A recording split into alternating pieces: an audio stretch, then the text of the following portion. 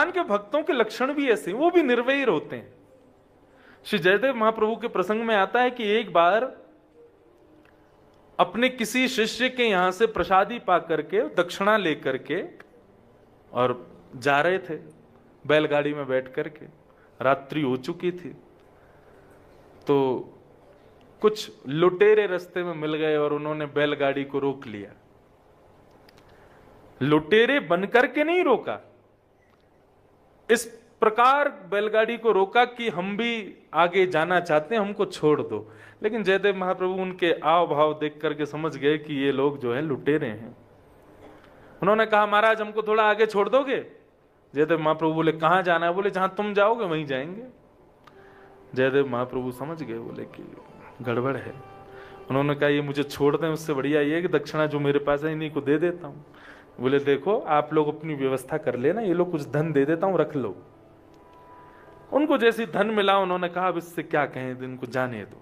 जैसे ही वो जाने लगे तो एक बोला, बोले कहीं ये आगे जाकर के राजा से शिकायत कर दी और राजा के सैनिकों ने हमको पकड़ लिया तो इसने हमारा मुंह देख लिया है। बोले क्या करें? बोले बगल में ही कुआं है, इस व्यक्ति को उतारो, हाथ पैर काट के इसको कुएं में डाल देते हैं, ये पता ही नहीं पाएगा राजा को।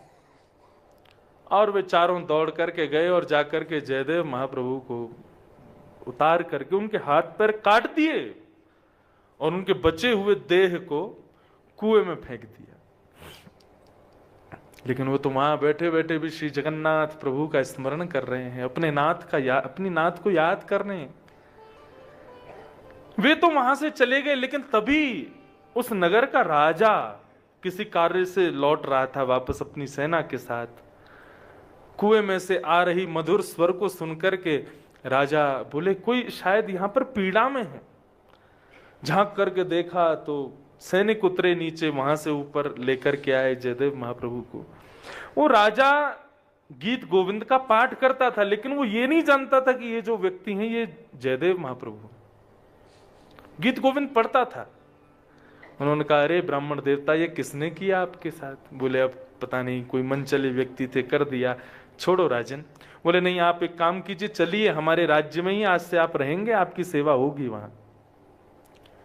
और जयदेव महाप्रभु राजा के यहाँ रह करके राजा को सत पथ दिखाते थे, तुमको क्या करना चाहिए, कैसे करना चाहिए। राजा बड़ा प्रसन्न, बोले मुझे गुरुजी मिल गए। एक दिन जयदेव महाप्रभु ने आज्ञा की, बोले कि राजन हम चाहते हैं कि तुम नित्य सुबह के कुछ घंटे निकाल करके ब्राह्मणों को दान दिया करो, मुंह मांगा दान। उससे तुम्हारे राज्य की समृद्धि होगी, तुम्हारा दान धन पवित्र होगा, सब मंगल होगा। राजा ने कहा, जो आज्ञा। नित्य ब्राह्मणों को अपने राज्य में बुलाते और जो ब्राह्मण बोलते राजा वो देता। एक दिन उन 4 डाकुओं को पता चला कि राजा के यहां पर मुंह मांगे वस्तु मिलती है। करना केवल इतना है, चोटी रखनी है, तिलक लगाना है, धोती पहननी है और चल देंगे ब्राह्मण बन के, मांग लेंगे राजा से। कम से कम एक आध साल चोरी से बच जाएंगे, इतना मांग के आएंगे। अब वो चारों जैसे ही राजा के भवन में प्रवेश करते हैं तो सामने सिंहासन पर राजा और बगल के सिंहासन पर जयदेव महाप्रभु। महाप्रभु के हाथ पैर थे नहीं, ऐसे ही बैठे थे। जैसे ही उन चारों ने जयदेव महाप्रभु को देखा, बोले ये तो वही है जिसके हाथ पैर काट दिए थे हमने। बोले हाँ है तो वही। बोले तुरंत भगलो यहां से। वो चारों जैसे ही मुड़ करके जाने लगे तो जयदेव महाप्रभु ने उनको देख लिया। बोले अरे रुको रुको रुको, अरे राजन देखो, आज तो तुम्हारे दरबार में हमारे गुरु भाई आए हैं।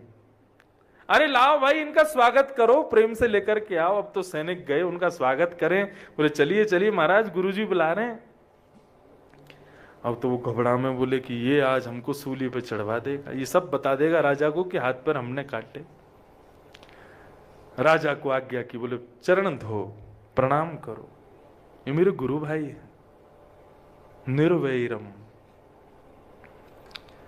गुरु भाई है, इनको प्रणाम करो, इनको भोजन कराओ, सब कुछ बढ़िया, सब कुछ करा करके। बोले राजन इनको इतना धन देना, इतना धन देना कि जीवन में कभी कहीं कुछ मांगने ना जाए। राजा ने कहा, गुरुजी आपने पहली बार ऐसी आज्ञा की है, आप जितना कहोगे मैं दुगना करके दूंगा।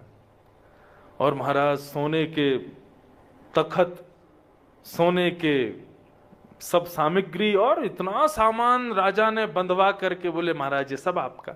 सैनिकों से कहा पूरा सामान उठा करके ले जाओ, जहां से भी ये लोग आए हैं इनको दे करके आओ। जयदेव महाप्रभु बोले, ठीक है भाई लोग, हमारे गुरु भाई सब लोग आते रहना समय मिले तो। बोले ठीक है। विचारों वहां से जाने लगे, मनी मन विचार करने लगे, बोले इसने क्या किया, ये तो बिल्कुल उल्टा ही हो गया सब कुछ। सैनिक लोग एक जगह बैठ करके कहीं प्रसाद पा रहे थे, तो उन महात्माओं से, उन डाकुओं से पूछा, बोले महाराज एक बात बताओ, आप हमारे गुरुजी के क्या लगते हो, और हम जानना चाहते हैं हमारे गुरुजी के हाथ पैर कैसे कट गए।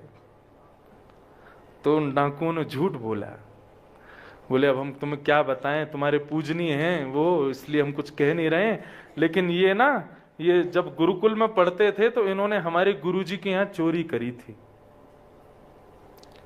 और ये पकड़े गए। तब गुरुजी ने हमको आज्ञा की कि भाई इसको जान से मार दो, मैं इसको जीवित नहीं देखना चाहता, इसने गुरुद्रोह किया है। तब हम लोग उसको लेकर के वन में आए, हमको बड़ी दया आ गई, भाई इसको जान से नहीं मारना चाहिए, तो फिर हम लोगों ने जान से ना मार के उसके हाथ पैर काट दिए। ऐसा हुआ। जैसे ही ये बात उन चारों डाकुओं ने कही, पृथ्वी डामाडोल होने लगी, पृथ्वी में प्रलय जैसा आने लगा, भूकंप, और जहां वो चारों खड़े थे वहीं से धरती फट गई और चारों धरती में समा गए। उन सैनिकों ने जाकर के ये बात पूरी राजा को बताई। राजा ने जब ये बात सुनी तो उन्होंने जाकर के गुरुदेव को प्रणाम किया, बोले गुरुजी मैं सत्य जानना चाहता हूं क्या है। बोले राजन, तुम जिस नित्य गीत गोविंद का पाठ करते हो उसकी रचना मैंने की है, मैं जयदेव। राजा के नेत्र सजल हो गए, भगवान आप मेरे गुरु हैं, समय से मैं बचपन से आपको पढ़ रहा हूं, आपने कभी बताया नहीं कि आप जयदेव हो, और आपने जो ये किया उन लोगों को, डाकुओं को ब्राह्मण बता करके उनको इतना धन दिलवाया, ये क्यों? बोले मैं तो चाह रहा था कि उनकी बुद्धि सुधर जाए, वैसा ना करें। लेकिन राजन सदैव याद रखना, जब तुम्हारे साथ किए हुए किसी व्यक्ति को तुम क्षमा कर देते हो ना, और तब भी वो व्यक्ति नहीं सुधरता, तो प्रकृति तुम्हारा बदला लेती है। मैंने क्षमा किया और मैंने और उपकार किया कि वो सुधरे, लेकिन फिर भी नहीं सुधरे ना, तो प्रकृति ने मेरा बदला लिया। और इतना कहते ही जयदेव महाप्रभु की दोनों भुजाएं और दोनों चरण प्रकट हो गए। वे साधारण थोड़े ही हैं, हरि अवतार हैं, ठाकुर जी के परम प्रिय हैं जयदेव महाप्रभु। यूं ही नहीं, जगन्नाथ भगवान, श्री बद्रीनाथ भगवान, उनके कृत उस गीत गोविंद को सुन के सोते हैं। साधारण नहीं है जयदेव। तो निर्वैरम, सतयुग के लोगों का दूसरा लक्षण क्या है? निर्वैरम, किसी से बैर नहीं करते। मैं अपनी कथा में सदा कहा करता हूं, कोई तुम्हारे साथ कुछ गलत करे, कुछ बुरा करे, तो तुम दंड देकर के बहुत हल्के में पार करवा देते हो उसको। तुम क्षमा करो, बदलने का मौका दो, फिर भी नहीं बदलेगा ना, तो प्रकृति दुगना लेगी उससे बदला। हम कहते हैं ना भगवान सब देख रहे हैं, ये बात कहने की नहीं, ये वास्तविकता है। प्रकृति सब याद रखती है कि किसने किसके साथ क्या किया है और उसको कब क्या कैसे देना है। न्याय करती है पृथ्वी। तुम क्षमा करो, तुम क्यों अपने आप को बदलो? निर्वैरम।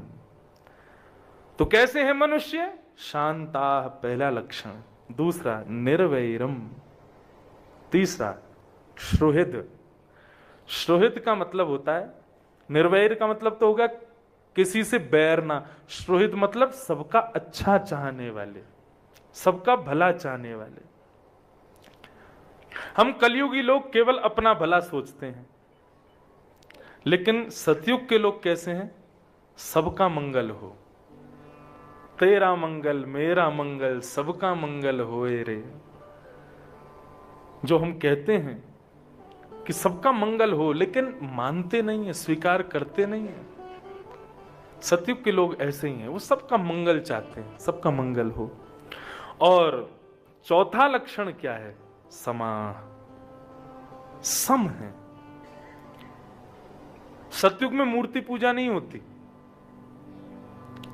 सतयुग में एक दूसरे को ही भगवान समझ करके एक दूसरे की पूजा करते हैं। सम है ना, सम दृष्टि है सबकी।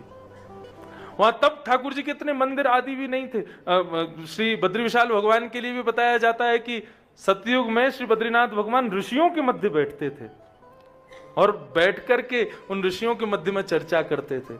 त्रेता में महर्षियों, सतयुग में महर्षियों के मध्य में, त्रेता में भक्तजनों के मध्य में, आदि आदि ऐसे प्रसंग मैंने पढ़ा है। और कलयुग आते ही ठाकुर जी फिर एक मूर्ति के रूप में विद्यमान हो जाते हैं। उससे पहले ठाकुर जी यहां पर बिल्कुल सस्वरूप, जैसे ठाकुर जी हैं वैसे ही इस भूमि में विचरण करते थे।